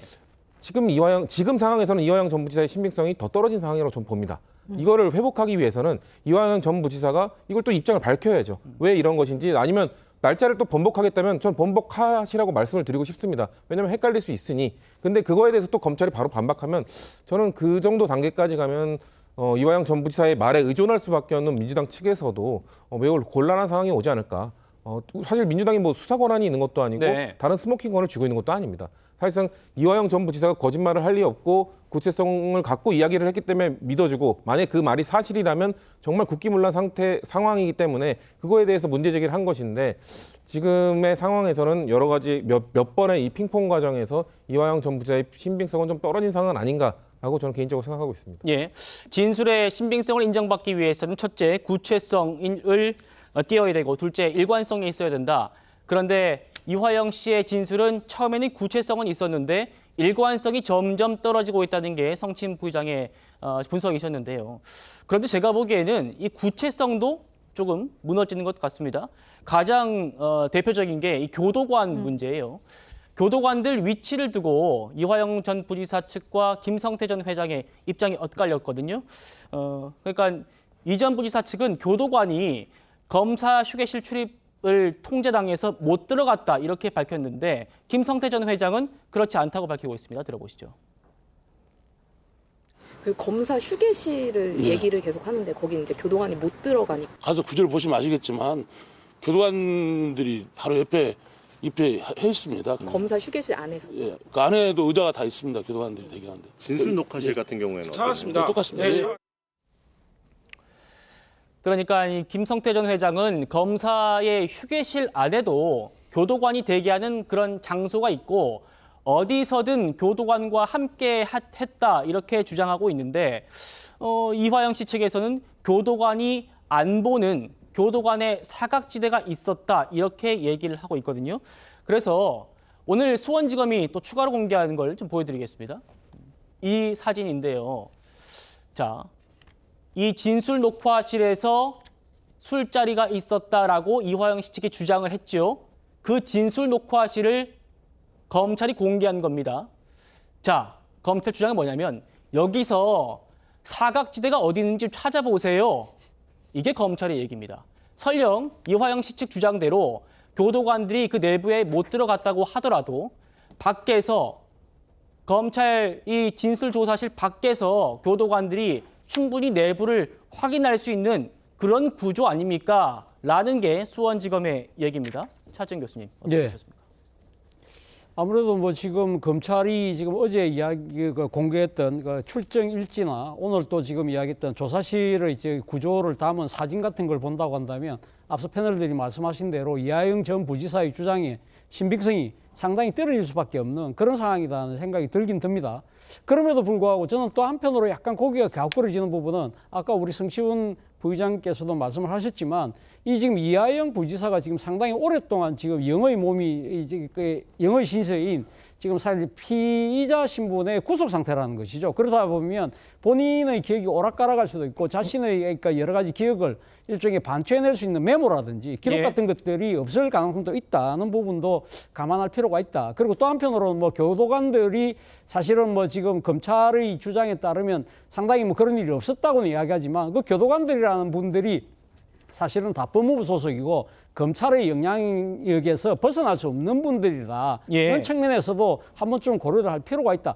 그럼에도 불구하고 지금 검찰에서 주장하는 바를 본다고 한다면 이하영 부지사의 상당한 이 여러 가지 악조건에도 불구하고 아무리 감안을 한다 하더라도 상당히 그 주장의 신빙성이 떨어지는 건 사실이에요. 사실인데 문제는 지금 이하영 전 부지사가 지금 이야기하는 대로 만약에 검찰이 주요 피의자를 그 해유해서 진술을 조작하고 특히 다른 피의자와 말을 맞춰서 특정 피의자의 진술을 이끌어내서 그 결과가 제1야당의 대표의 정치적 생명을 넘어서 사법적인 결과까지 좌지우지할 수 있는 그러한 상황을 공모할 수 있는 그러한 상황이라고 한다면 이 부분에 있어서는 저는 검찰이 좀 더 적극적으로 여러 가지 그러니까 국회 차원의 조사까지도 우리는 받겠습니다 하는 식의 적극적인 자세로 좀 임하는 건 어떨까라는 생각이 든다는 겁니다. 예. 물론 뭐 검찰 입장에서는 이제 하지 않았던 것, 없었던 것을 입증하는 건 쉽지 않지만 지금 출정 일지라든지 또 지금 뭐 본인들이 지금 조사했던 교도관들이라든지 아니면 좀 현장의 사진들 이런 부분들을 야당 의원들 떠나가서는 국회 차원에서의 뭐 법사위 차원에서 다 오시라. 우리 한번 가면 교도관 한번 만나보시라. 이거 직접 이 출정 일지 한번 들어보시라. 그리고 지금 검사실 한번 보시라. 그런 식으로 해서 적극적으로 자신들의 입장을 이렇게 좀 더 구체적으로 제시하는 것도 하나의 방법이지 않을까라는 생각이 든다는 겁니다. 예. 김일수 대변인님, 같이 한번 보시죠. 그 이화영 씨 측이 직접 그려서 공개한 이 도면입니다. 영상 녹화실이에요. 이 영상 녹화실의 옆에 교도관들이 지금 머물렀다고 하는 그런 공간이 있거든요. 저기 이제 뭐 도면으로 보면 문이 있고 교도관들이 저기 있다. 그러는데 저기서 그 이화영 씨 측의 주장을 보면 저기서 벽이 있다는 거잖아요. 벽이 있어가지고 작은 유리창이 있다 이랬는데 다시 검찰이 한번 공개한 그 사진을 보여주실래요? 네, 이 공간인데 여기에 그런 공간은 없습니다. 이제 검찰 얘기로는 검찰 주장으로는 이제 밖에서 볼 수 있는 곳 유리는 저 하나고 저 큰 유리 거의 90cm 넘는 저 큰 유리를 통해서 안을 다 들여다볼 수 있다. 이게 지금 검찰의 주장입니다. 그러니까 이화영 씨 측은 도면으로 지금 얘기를 하고 있고 검찰은 사진으로 반박하고 있는 상황이거든요. 어떻게 판단하십니까? 일단 아까 그 진술의 신뢰를 더하기 위해서는 구체성이 있어야 된다라고 했는데요. 다시 한번 말하겠습니다. 수십 년 전에 오세훈 시장이 페라가모를 신었다라는 구체성까지 제시했었어요. 당연히 거짓이었죠. 네, 그리고 아까 교수님께서도 말씀하셨지만은 여기에 청담동 술자리에서도 어떤 음악이 나왔다 하는 구체성까지도 다 제시를 했었습니다. 이런 구체성을 제시해야만 사람들이 믿게끔 만들기 때문에 전 이 구체성을 제시했다라고 보고 어떠한 진술에도 일관성까지도 없다. 그럼 전 이걸 묻고 싶어요. 예를 들어서 주장하는 것은 검찰이 야당 대표를 정치적으로 제어하기 위해서 그러면 여기에 지금 이화영 그 부지사를 회유했다라는 것인데요. 자, 그러면 이게 진실이라고 하면 당연히 안 되는 것이죠. 그럼 반대로 지금 이 이야기를 아무도 안 하는데 예. 이게 지금 이화영 부지사가 만약에 거짓말을 지어낸 거라고 하면요. 거짓말에도 목적이 있어야 되는 거 아니겠습니까? 네, 그럼 이 거짓말을 한 목적은 무엇인지 네. 여기에 배우는 없는지도 이건 저는 확인을 해야 된다고 생각합니다. 네, 그래서 여기에 이화영 지사가 이런 거짓 진술을 하게 만든 데에는 배우가 없는지 그리고 이것으로 인해서 이 거짓말로 인해서 무엇을 얻고자 한 것인지 같이 검토에 들어가야 된다는 말씀 좀 드리고 싶습니다. 예, 알겠습니다. 어제 이화영 전 부지사 측이 입장문을 내고 7월 3일에 음주가 이루어졌을 가능성이 크다 이렇게 밝혔죠. 그런데 저희 속보로 전해드렸습니다만 7월 3일 그날 출정 기록을 보면 이화영 씨는 술자리가 있었다는 그 시각에 이미 청사에 없었다. 이렇게 돼 있었죠. 지금 그러니까 이제 오늘 뭐라고 하냐면 다시 성침 부장님 말씀하신 것처럼 날짜를 좀 바꾸려는 것 같아요. 날짜를 우리는 특정한 적이 없다. 이렇게 얘기합니다. 들어보시죠. 검찰에서 반박하고 있는 것이 이화영 너가 지목했던 그 시간과 날짜가 맞지 않다는 거야. 우선 부지사님은 시간과 날짜를 특정한 적이 없어요. 예? 네, 시간과 날짜를 여태까지 특정한 적이 없고 6월 30일 전후인 것 같다라고 얘기를 했어요. 6월 말이나 7월 초인 것 같다라는 표현인데 그래서 입장문에다가 제가 뭐라고 냈냐면 출정 기록을 보니 6월 30일 전후는 6월 28일, 7월 3일, 7월 5일이다. 7월 3일이 가장 유력할 것 같다라고 제가 입장을 낸 거예요. 그걸 왜 냈어? 아유 진짜 확실하지도 않으면서 이것 때문에 지금 난리 그래가지고 지금 이 거짓말쟁이 이 프레임으로 지금 갇히고 있는 거 아닙니까? 명확한 팩트는 부지사님은 날짜를 특정한 적이 없어요. 거짓말쟁이 프레임이 아니고요. 본인이 지금 잘못 얘기해서 거짓말을 한 게 드러난 겁니다. 정확하게 얘기하면요. 성침 부장님, 확실하게 하죠. 7월 3일이라는 얘기를 이화영 씨는 말한 적이 없는데 본인이 지금 유추해서 얘기하는 거다라고 얘기하고 있잖아요. 지금 보시면 이게 어제 수원지검에서 나온 얘기입니다. 7월 3일, 그러니까 이화영 씨가 특정하지도 않은 걸 변호인이 특정한 날짜랍니다. 7월 3일 날 5시 5분에 이미 조사가 끝나가지고 5시 30분쯤에는 이미 이화영 씨는 수원구치소에 복귀가 끝난 상황이었다는 겁니다. 그리고요, 또 7월 5일, 7월 3일이 아니라고 하면 7월 5일인가? 그것도 보면 4시 45분에 조사가 끝나가지고 5시 반에 수원구치소로 이미 복귀를 했다는 겁니다. 자, 지금 김광민 변호사가 유튜브 나와가지고 저렇게 얘기하는 건 어떻게 들으셨습니까? 이렇게까지 말씀드려도 될지 모르겠지만 정말 본인의 생각으로 이야기를 저렇게 했다면 변호인으로서의 자격이 없는 것 아닌가요? 변호인이라고 함은 피의자를 대변해서 그 사람의 의견을 대신 전달하고 그것을 명확하게 팩트 체크를 한 이후에 해야 되는 게 변호인의 의무 아닙니까? 예. 갑자기 지금 이렇게 사회적으로 큰 이슈가 된 사안에 대해서 본인이 날짜를 특정해서 7월 3일이 가장 유력할 것 같다라는 발언은 변호인의 입에서 나왔다는 것은 즉 그 사람이 변호하고 있는 사람의 입에서 나왔다는 것이나 다름없는 겁니다. 네. 모든 일반 상식적 수준은 그렇게 받아들이죠. 저희 민주당에서도 그렇게 받아들일 수밖에 없는 부분이고 저희가 모르겠습니다. 이화영 전 부지사랑 개인적으로 소통할 수 있는 창구가 없지 않습니까? 당연히 변호인이 그렇게 얘기하면 그거에 대해서 받아들일 수밖에 없는 상황인데 저는 저 발언도 매우 무책임하고 또 그거에 대해서 문제의식을 못 갖고 있는 것도 과연 바람직한 모습인가라는 생각이 듭니다. 그래서 지금 이게 그래요. 지금 이렇게 지금 검찰 입장에서는 요구하는 대로 지금 다 밝혀주고 있지 않습니까?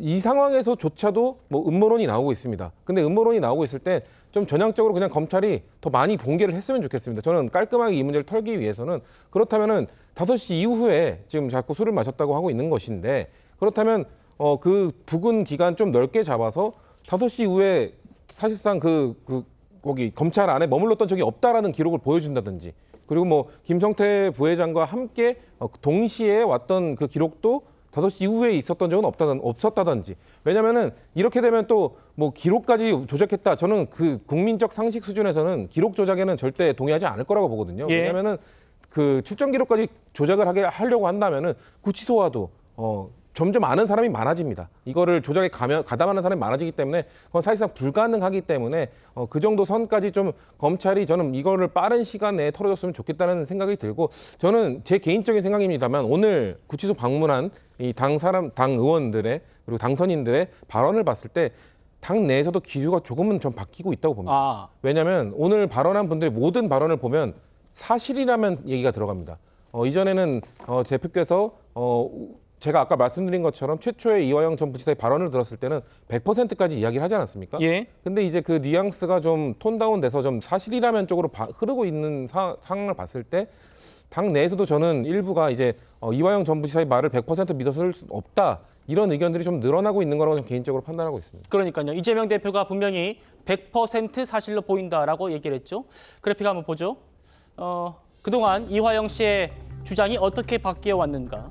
지금 변호인의 얘기를 들으면 이건 이화영 씨는 바뀐 적이 없다는 거예요. 본인이 다 얘기를 짚어가지고 하는 바람에 이렇게 바뀐 거다라는 얘기로 해석할 수도 있겠네요. 그러니까 술을 먹었던 그 술 파티가 있었다는 그 장소가 창고에서 진술 녹화실로 바뀌고 다시 검사 휴게실로 바뀌었죠.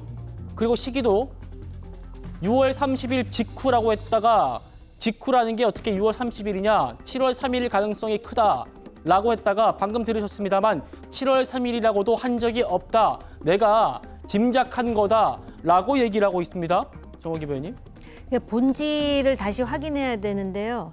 일단 지금 그 쌍방울에서 소위 그 이재명 대표의 방북 가능성과 관련해서 북한에 300만 불을 대납, 그리고 스마트팜과 관련해서 500만 불 대납. 이거 우리 원화로 하면 100억 원인가요? 예, 100억 원. 가까이. 그런데 지금 저 사람들이 주장하려고 하는 거는 그걸 이화영 혼자 했다라는 겁니다. 대표에게 보고를 안 했다라는 강변을 하기 위해서 자꾸 저런 얘기를 만들어내다 보니까 무리수를 두는 거거든요. 그리고 심지어는 그 전임 변호사가 검찰에 협조하라고 소위 독려했다라는 식으로 해서 전임 변호사가 지금 저 주장을 하는 김강민 변호사를 네네. 고소하기에 이르른 거고, 이거는 저 오늘 연합뉴스에 나온 이야기라 제가 말씀을 드리는 것이고요. 네. 그리고 왜 저런 상황이 선거 끝나자마자 느닷없이 지금 이화영 얘기가 나오면서 마치도 검찰이 모종의 회유를 한 것 같은 분위기로 지금 막 치닫고 있고, 여기에 이재명 대표가 100% 사실 운운하고 있지 않습니까? 그런데 장소와 시점에서 전부 지금 오류가 드러나면서 이런 상황까지 왔다면, 아까 차 교수님도 말씀하셨는데 진실이 무엇인지 좀 더 자세하고 디테일하게 명명백백하게 드러내서 이 사건의 본질을 국민들에게 알리는 그 작업 자체도 매우 중요할 것 같습니다. 그리고 이거 어쨌든 재판에서 위증을 한 건데 저거 위증의 그 범죄가 얼마나 무거운 것인지를 차제에 다시 한번 확인하는 계기가 돼야 된다고 생각합니다. 알겠습니다. 우리 성치훈 부의장님께서는 민주당 내에서도 살짝 분위기는 바뀌는 것 같다라고 말씀을 주셨습니다만 아직까지는 지도부에서는 여전히 이전 부지사 측의 주장에 힘을 싣는 모습입니다. 보고 오시죠. 출정 기록 등 진상조사에 필요한 자료 제출을 촉구했지만 대검은 이를 거부했습니다. 떳떳하다면 근거자료 제출을 거부할 이유가 있습니까? 반드시 진실을 밝혀내고 불법 행위가 있었다면 엄정하게 처벌할 것입니다. 이런 공간에서 바로 이 진술 회유 조작을 위한 술 파티가 이루어졌다라고 하는 구체적인 그림이 있습니다. 검사실에 갔다 온 사람이 이 구체적인 그림을 그릴 수 있을까요? 그렇지 않습니다. 자, 민주당은요, 정치검찰 사건조작특별대책단 이런 조직을 만들어서 검찰과의 전면전까지 예고한 상황입니다. 대책단 명단 한번 보죠. 13명인데요, 총. 눈에 띄는 사람들이 있습니다. 지금 이번 총선에서 국회에 대거 입성한 대장동 변호인단들이 명단에 이름을 대거 올린 겁니다. 같이 한번 보시죠. 자, 단장은 민영배 의원입니다. 철험의 소속으로 아주 강경한 발언들을 많이 해오셨던 분이죠. 그리고 간사 박균택 간사는 대장동 사건에서 이재명 대표의 그런 검찰 조사를 입회하면서 지원했던 그런 변호사 출신입니다. 고검장 출신이죠. 그리고 밑에 보시면 위원회 이건태, 김동아, 양부남, 김기표 굉장히 익숙하다 싶으실 겁니다. 모두 소위 대장동 변호사들로 이재명 대표의 사법 리스크를 아주 제일 앞에서 호위무사라고 불릴 정도로 엄호하고 변호했던 그런 분들이 지금 대거 국회로 입성해서 이번 특별대책단의 이제 의원으로 이름을 올린 겁니다. 차재원 교수님, 네. 지금 이제 성치훈 부의장님께서는 앞서 쭉 보셨던 이화영 씨 측의 그런 입장 변화, 말바꿈 이런 것들로 인해서 당 내에서도 좀 기류가 바뀌고 있다라는 그런 말씀을 주셨습니다만 지금 특별대책단이 만들어진다거나 지금 뭐 최고위원들이 얘기하는 걸 보면 그런 분위기는 아닌 것 같아요. 어떻게 평가하십니까? 일단 뭐 민주당 입장에서는 상당히 이 사안 자체를 상당히 엄중하게 바라보고 있는 건 분명한 것 같아요. 앞서도 제가 말씀드렸습니다만 사실은 지금 지금 이하영 피고인 피의자의 그 진술을 조작을 해서 회유를 해서 조작을 해서 결과적으로 지금 제1야당 대표 이재명 대표의 정치적 생명을 넘어서 사법적인 하나의 그 일종의 뭐랄까요 상당한 아주 엮을 수 있는 그러한 상황이 된다고 한다면 민주당 입장에서는 가장 큰 위기가 될 수밖에 없잖아요. 이거는 뭐 이재명 대표의 정치적 생명이나 사법적 운명을 떠나서 이건 사실 민주주의 근간을 흔들 수 있는 사안이기 때문에 민주당 입장에서는 이런 정치검찰의 사건 조작을 발본색원해야 된다는 측면에서는 제가 봤을 때는 상당히 적재적소에 아주 맞는 사람들을 선택한 거죠. 예. 대표적으로 소위 말하는 검사 출신들이 전문성이 있잖아요. 그리고 또 지금 몇 면들을 보면 상당한 전투력을 갖고 계신 분들이고 그래 보여요. 또 한편으로는 지금 대변인 출신들도 있기 때문에 소위 말하는 스피커들도 장착이 되어 있는 상황인데 문제는 지금 이 오늘 또 벌어지고 있는 상황을 본다고 한다면 사실은 이하영 전 부지사가 지금 이야기하고 있는 부분의 상당한 신빙성이 지금 무너지고 있는 상황이잖아요. 그렇다고 한다면 그래서 제가 앞서도 제가 말씀드렸습니다만 검찰 입장에서는 진정한 숨길 게 없다. 그래서 검찰은 좀 더 당당하게 모든 걸 다 아까 지금 박찬대 최고는 지금 뭐 자료 공개 안 한다고 하는데 검찰은 그러면서 좋아. 그럼 우린 다 보여줄게. 예. 라는 식으로 보여주고 예. 민주당 입장에서는 사실 진짜 이런 일이 있었다고 한다면 발본색원해야 되지만 그것이 아니라 이하영 부지사가 자신의 공경한 그 처지를 벗어나기 위한 거짓말이었다고 한다면 수권 대한정당을 모시하고 있는 민주당 입장에서 자칫 잘못하면 큰 정치적 족쇄가 될 수 있잖아요. 예. 이런 부분이라고 한다면 이 사안을 좀 더 냉철하게 바라볼 필요는 있겠다는 생각이 들어요. 그렇기 때문에 사실은 이 사안 자체가 이하영 전 부지사의 주장이 100%라는 전제를 갖고 임하기보다는 그럴 가능성이 있기 때문에 우리가 들여다보되 그렇지 않을 경우에는 언제든지 우리가 태도를 바꿀 수 있다는 그러한 이 정치적 여지를 갖고 저는 이 사건에 임해야 된다는 생각이 듭니다. 검찰과 민주당 모두에 차정인 교수님께서 굉장히 적절한 조언을 주신 것 같아서요. 넘어가도록 하겠습니다. 김성태 전 회장은요. 이화영 전 부지사한테 하고 싶은 말이 있다 이렇게 하면서 이 얘기를 했습니다. 들어보시죠. 저하고 오랫동안 아주 가까운 형동생이었는데 이런 일이 좀 참담하고 그렇습니다. 좀 많이 좀 마음이 아픕니다. 제가 많이 부족해서 이런 일이 생긴 것 같습니다. 각자 자기들 뭐 입장에서 얘기하는 거니까 뭐 제가 뭐 여기서 뭐 뭐라고 얘기하는 거는 뭐 그렇게 하는 뭐 잘 모르겠습니다. 저는. 그분도 제가 뭐 한때 저 인연이 있던 사람이기 때문에 제가 뭐 누구 뭐 험담하고 이런 거는 저는 절실치 않다고 생각합니다. 그러니까 아전인수라고 하셨는데 본인의 자기들 뭐 자기 입장에서는 자기 유리하게 판단하지 않냐는 게 제 생각입니다. 그럼 지난 20년 동안 뭐 이렇게 형 동생 관계라고 또 말씀하셨었는데 좀 뭐 틀어질 만한 일이 있었을까요? 재판 관련된 거는 제가 지금 말씀드리는 건 좀 적절치 않은 것 같습니다. 다들 뭐 사연이 있기 때문에 언제가 뭐 또 계기가 되면 말씀드리려고 좀 시간이 지나면. 그쪽에서 주장하는 거에 대해서 좀 어떻게 대응하실 뭐 계획이나 그런 거 있으실까요? 좀? 지금 뭐 추후에 뭐 재판이나 이런 거 진행되는 거 보면 뭐 결과가 나올 거라고 생각합니다. 이왕 하실 말씀 있으시면 마지막에 한 번. 건강하십시오. 건강하라고 전해주고 있습니다.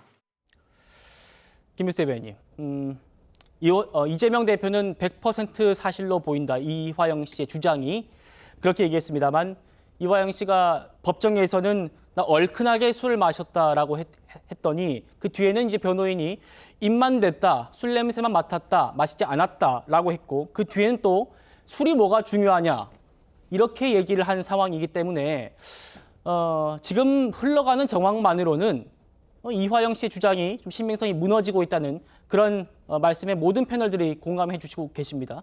그럼에도 불구하고 민주당은 지금 객관적인 뭔가 물증을 더 내놓으라 한단 말입니다. 어떻게 판단하시나요? 이재명 대표가 왜 지금 이 사안이 터졌을 때 100% 사실이라고 확신한다라고 신중치 못하게 발언했는지에도 좀 초점을 맞추어 봐야 될 것 같고요.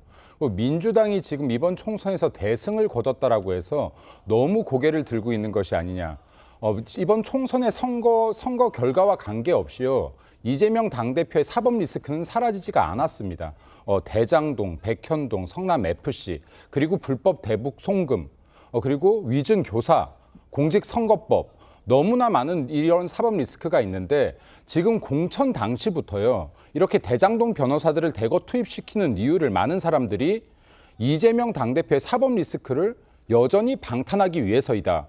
라고 많이 추측을 했습니다. 그리고 그게 지금 현실화되는 과정이라고 봅니다. 저 개인적으로는. 예. 네, 그래서 지금 이 부분이 국민들께서 보실 때 시간이 하루 이틀 흐르면 흐를수록 이화영 부지사의 주장이 얼마나 얼토당토하는 주장인지를 점점 알게 될 것 같고요. 그리고 이렇게 얼토당토하는 주장에 야당의 거대 야당의 공당의 대표 이재명 대표가 어떻게 이렇게 섣부르게 100% 사실이라고 확신한다라고 하면서 여론 조성에 들어갔는지 이런 부분들에 좀 초점을 맞춰주시기 바랍니다. 그리고 아직 22대 국회 개원도 하지 않았는데 지금 당선인 신분으로서 이 변호사들이 방탄에 미리 투입되기 시작한 것은 아닌지 이 부분도 좀 관심 깊게 지켜보면 좋을 것 같습니다. 알겠습니다. 네.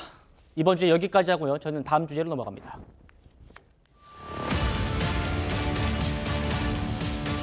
자, 민주당의 독주가 예고된 22대 국회. 여야 협치는 국회의장의 중재에 달렸다 해도 과언이 아닐 겁니다. 이 국회의장 자리를 두고 민주당 내에서 그야말로 박 터지는 물밑 경쟁이 펼쳐지고 있습니다. 가장 의욕을 보이는 사람이 단연 추미애 의원입니다. 혁신의장이 필요하다 이런 그 공감대가 선거 초반부터 일찍이 여론상 있었던 것 같고요. 주저하지는 않겠다. 21대 국회에서 상당히 의장으로서 기대에 어긋나는 측면이 많이 있었다라는 걸 얘기하는 거죠. 그래서 민의를 잘 수렴하고 민치에 부합하는 그런 의회를 이끌 의장이 필요하다라는 게 저의 소신입니다. 자, 국회의장은 우리나라 의전 서열 2위입니다. 그리고 의회 정치의 상징과도 같죠. 중립을 지킨다는 그런 의미에서 당적도 갖지 않고 무소속으로 남습니다. 성친부 의장님. 그런데 추미애 당선인 얘기를 들어보면 중립을 강조한 김진표 의장 비판하면서요. 혁신 의장 되겠다고 합니다. 이거 중립을 안 지켜도 된다는 의미로 해석할 수 있을까요?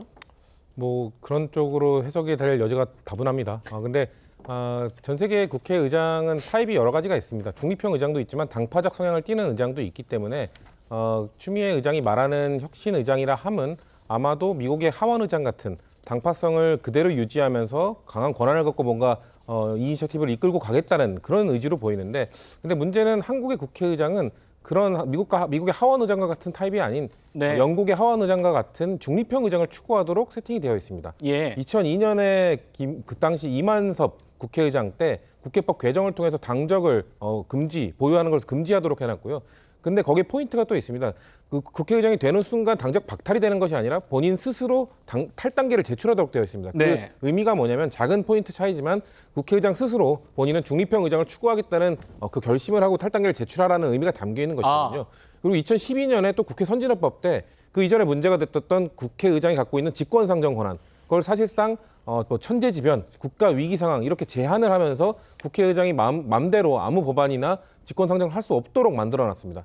그렇기 때문에 사실상 내가 당파적 성향을 띤 의장을 하고 싶어도 할 수 있는 게 그렇게 많지는 않습니다. 물론 뭐 회의 개최 권한이 뭐 이제 첨예하게 대립되는 국회에서는 좀 큰 권한이 될 수는 있는데 말씀드린 것처럼 대한민국의 국회라는 것 자체가 좀 중립형 의장을 추구하도록 되어 있는 상황에서 아무래도 한계가 있다. 근데 다만 만약에 그 윤석열 대통령께서 협치의 모습을 끝까지 보이지 않으셨다면 아무래도 당내에서도 추미애 그 당선인이 말하고 있는 김진표 국회의장이 뭔가 협치를 강조하다가 뭔가 혁신 안건들을 제대로 통과시키지 못했다.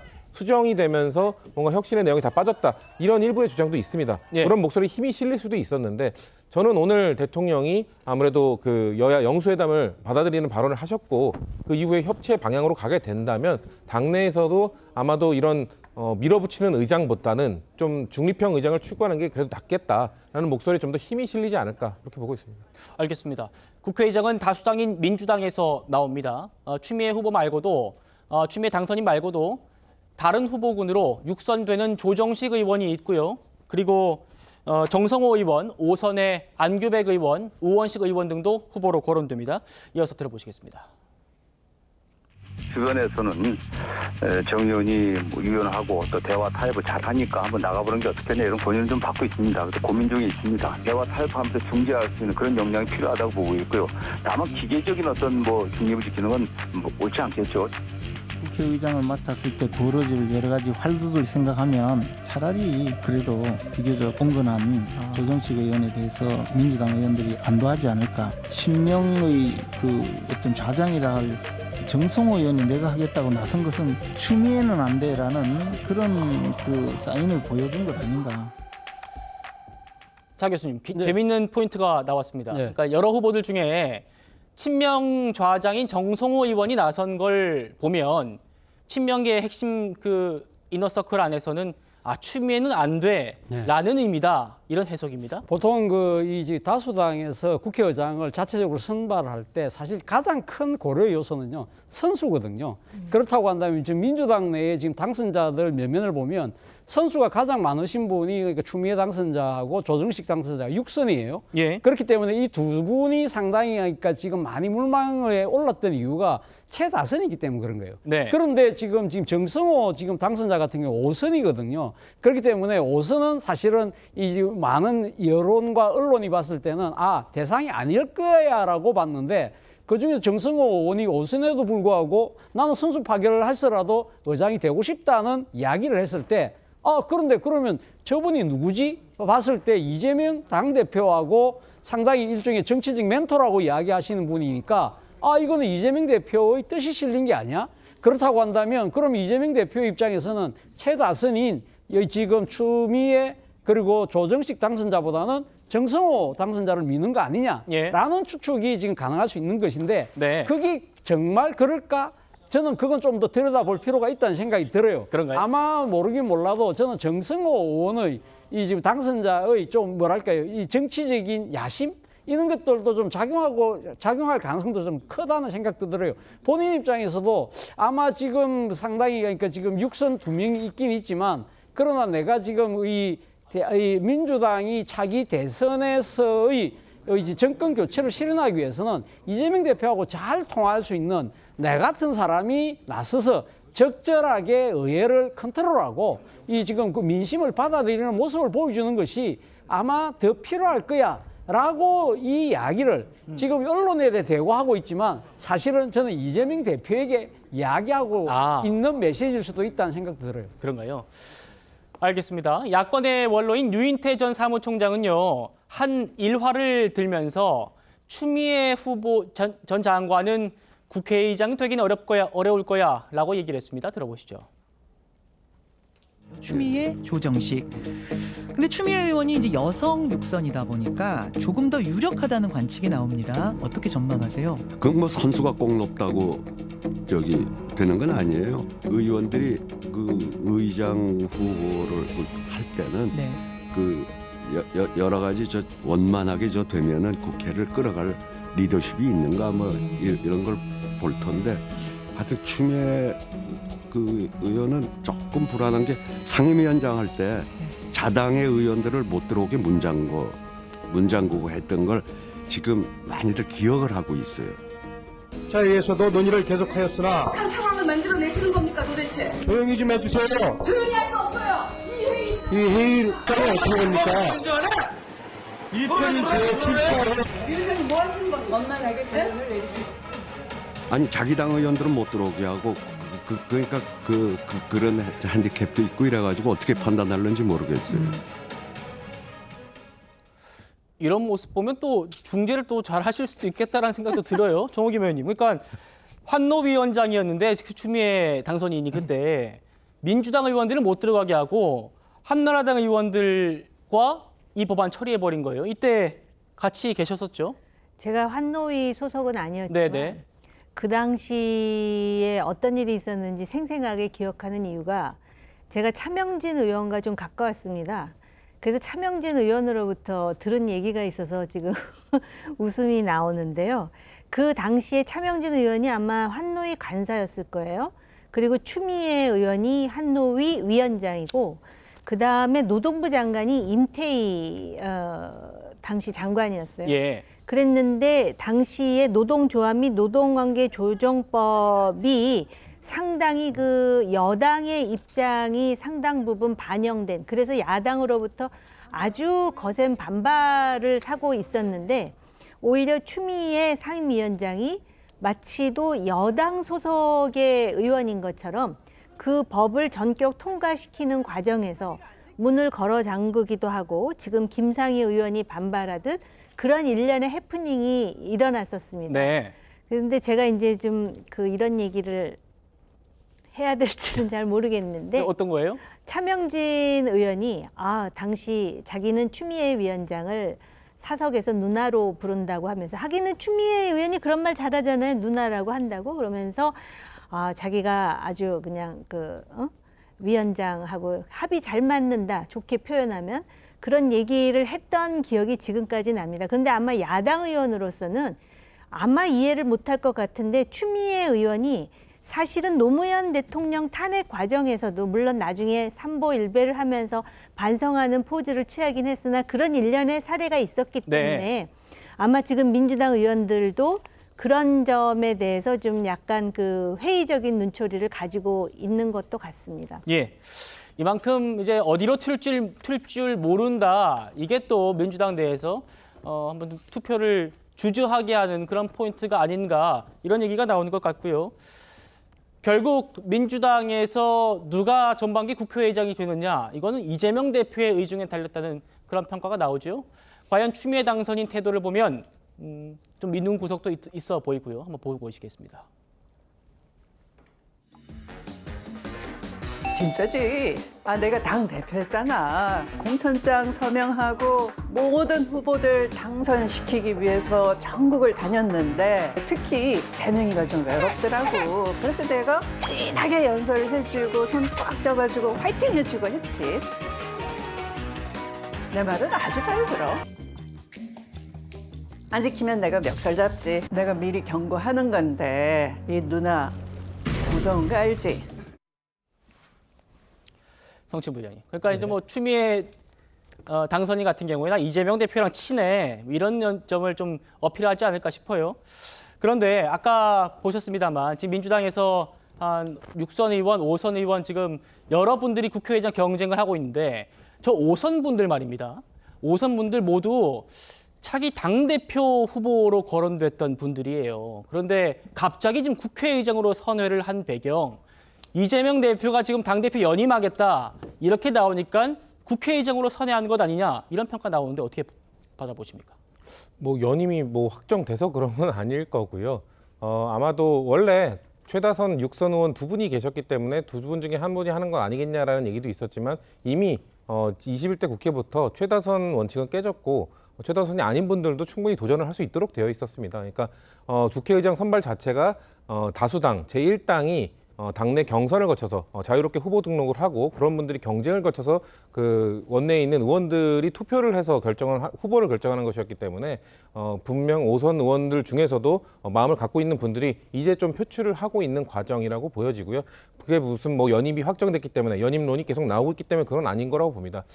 오히려 뭐 이재명 대표의 연임은 저는 이재명 대표의 의중보다는 윤석열 대통령이 하게 달렸을 수도 있다라고 저는 개인적으로 생각합니다. 그게 무슨 말이냐면은 윤석열 대통령께서 어차피 당대표 임기가 8월까지이기 때문에 그때까지 지금 뭐 다음 주로 예정되는 영수회담 하나만으로 뭐 협치가 이루어지는 건 아니지 않습니까?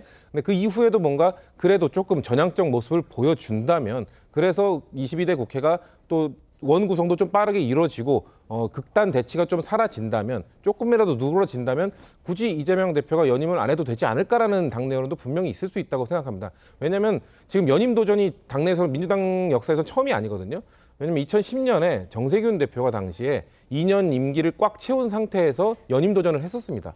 그때 2010년 10월 3일에 전당대회 때, 근데 2010년 6월에 지방선거를 어떻게 보면 그 민주당의 대승을 이끈 다음에 나왔었고, 그 이전까지 사실 열린우리당 시절에 의장들이 단 한 명도 임기를 제대로 못 마친 상태에서 그래도 정세균 의장이 인기도 많았고 잘 이끌었다는 평가를 받았음에도 불구하고 그 10월 3일 개천절 전당대회에서 3등에 머물렀습니다. 좀 정세균 대표로서는 당시 충격적이었는데 그 이유가 다들 아무래도 연임에 대한 거부감이 있는 것 아니냐라는 당내 여론들이 있었거든요. 물론 그 당시에는 손학규 후보라든지 당시 정동영 후보라든지 좀 쟁쟁한 후보들도 그 당시 쟁쟁한 후보들이 있었기 때문에 그런 건 있었지만 네. 그렇기 때문에 이런 좀 연임에 대한 부정적 여론들을 좀 의식을 했을 때 굳이 이재명 대표가 나설 상황이냐 아니냐를 8월 정도까지 지금 여야 대치 상태를 좀 본 이후에 판단을 할 수 있기 때문에 국회의장 도전하는 것들이 다른 분들이 도전하는 것들도 연임이 확정됐기 때문에 다들 선회했다 이렇게 보기는 좀 힘들 것 같습니다. 알겠습니다.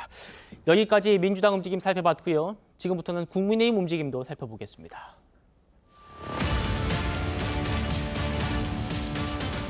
자, 사흘 전에요. 당선자들이 모였을 때 서로 웃으면서 축하해 라고 말하거나 셀카 찍고 웃으면서 헤어진 걸 두고 도대체 반성과 수습을 할 자세가 되어 있는 거냐라는 따가운 비판이 터져 나왔었습니다. 그리고 오늘 낙선자들이 모였는데요. 분위기가 많이 달랐습니다.